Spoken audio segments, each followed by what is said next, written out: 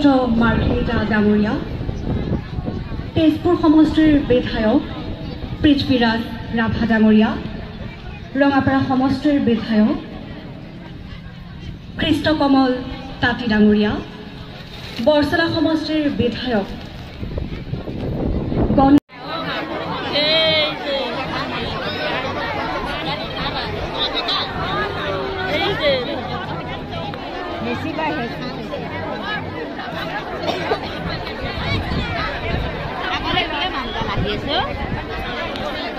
এনেকে দাপা এনেকে এনেকে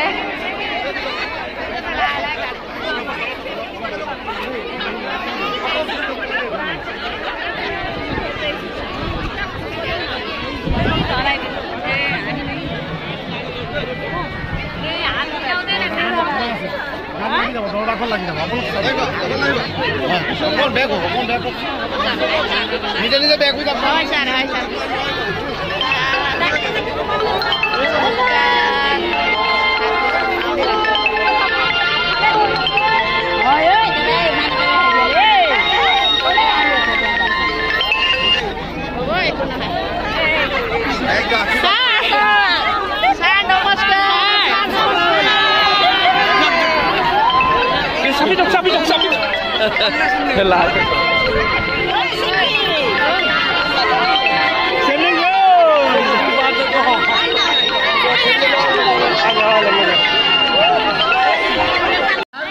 হাত ডাঙৰ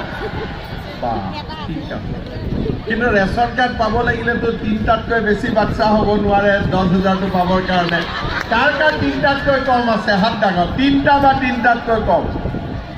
ঠিক আছে, কিন্তু এইটো এটা মনত ৰাখিব লাগিব যে ST SC হ'লে বা চাহ বাগান হ'লে 4টা হ'লেও চলিব, কিন্তু আমাৰ জেনেৰেল মানুহ হ'লে বাচ্চা ৩টাতকৈ ওপৰত হ'লে নচলিব।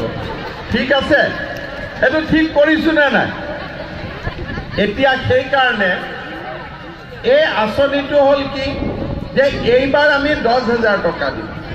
10,000 টকা দিলে আপোনালোকে মৌ মাখি কৰিব, কোনোবাই কণী কৰিব, কোনোবা লেয়াৰ কৰিব, যি ব্যৱসায় কৰে, যোনে 10,000 টকাটো ভাল কৰি খৰচ কৰিব তেওঁলোকক অহাবাৰ আমি কি কৰিম, বেংকৰ পৰা 12,500 টকা আনি দিম আৰু আমি 12,500 টকা দিম। 25,000 হ'ল, তাৰ 12,500 টকা ঘূৰাই দিব, 12,500 টকা ঘূৰাই দিব নালাগে। এতিয়া আমি এই যে মহিলাক পইচা দিব খুজিছো তাতো আমি দালালি বন্ধ কৰি দিব খুজিছো। আগতে ফৰ্মখন দিওঁতেও 200 টকা দিব লাগে মানুহক, সেইকাৰণে এতিয়া কৈছো ফৰ্মখন এদিনতে লৈ যাওঁ, ফিল আপ কৰা দিনো এদিনেই দি দিম। কোনোবা এদিন মই ক'ম যে 17 তাৰিখে চব ফৰ্ম ফিল আপ হ'ব, মানে এদিনতে ফিল আপ হ'ব। তাৰপিছত ভাবি থাকোঁতে বেংকত টুকলুং কৰি 10,000 টকা আপোনালোকৰ একাউণ্টত সোমাই যাব, কোনেও গমেই নাপাব। তাৰমানে দালাল বস্তুটো আমি নোহোৱা কৰি দিব খুজিছোঁ। এই ধৰণে আমি অসমত কাম কৰি গৈ আছো। কেইদিনমান আগতে আমাৰ কামাণ্ডো বেটেলিয়নৰ পাছিং আউট পেৰেড হৈছিল। ৰাস্তাই ঘাটে আজিকালি আপোনালোকে পুলিচবিলাক দেখা পাব, অফিচত ডেকা নতুন ল'ৰা ছোৱালী কাম কৰি থকা আপোনালোকে দেখা পাব। চবৰে বাপেক মাকৰ কথা শুনিব, কোনো ধৰণৰ টকা পইচা দিয়া নহয়, সব দুখীয়া ঘৰৰ ল'ৰা ছোৱালী, নিম্ন মধ্যবিত্ত ল'ৰা ছোৱালী। আজি 3 বছৰৰ ভিতৰতে যিখন অসমত দালালক টকা নিদিলে এটা চাকৰি নহৈছিল, আজি 1 লাখ চাকৰি হ'ল, এটা দালালে 1 টকাও তুলিব নোৱাৰি। এতিয়া আৰু 35,000 চাকৰি আমি দিব গৈ আছো। ইয়াতো এইবাৰতো দালালবিলাকে নিজে ফ্লেট হৈ শুয়ে দিলে যে আৰু কাম নাই, পইচা ল'ব উপায় নাই।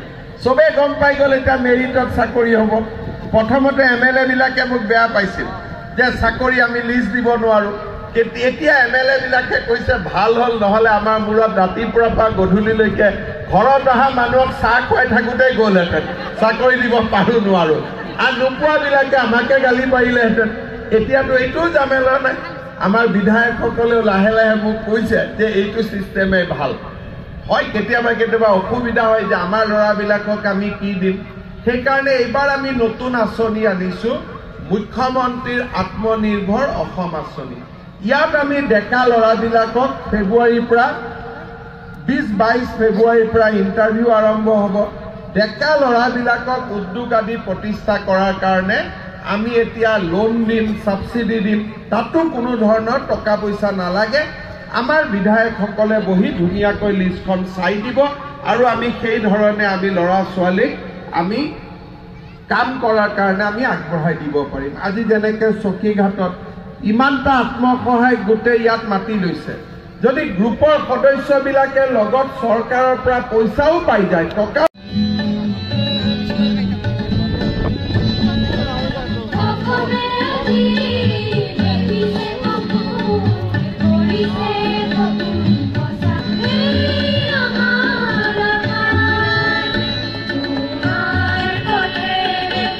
Joy.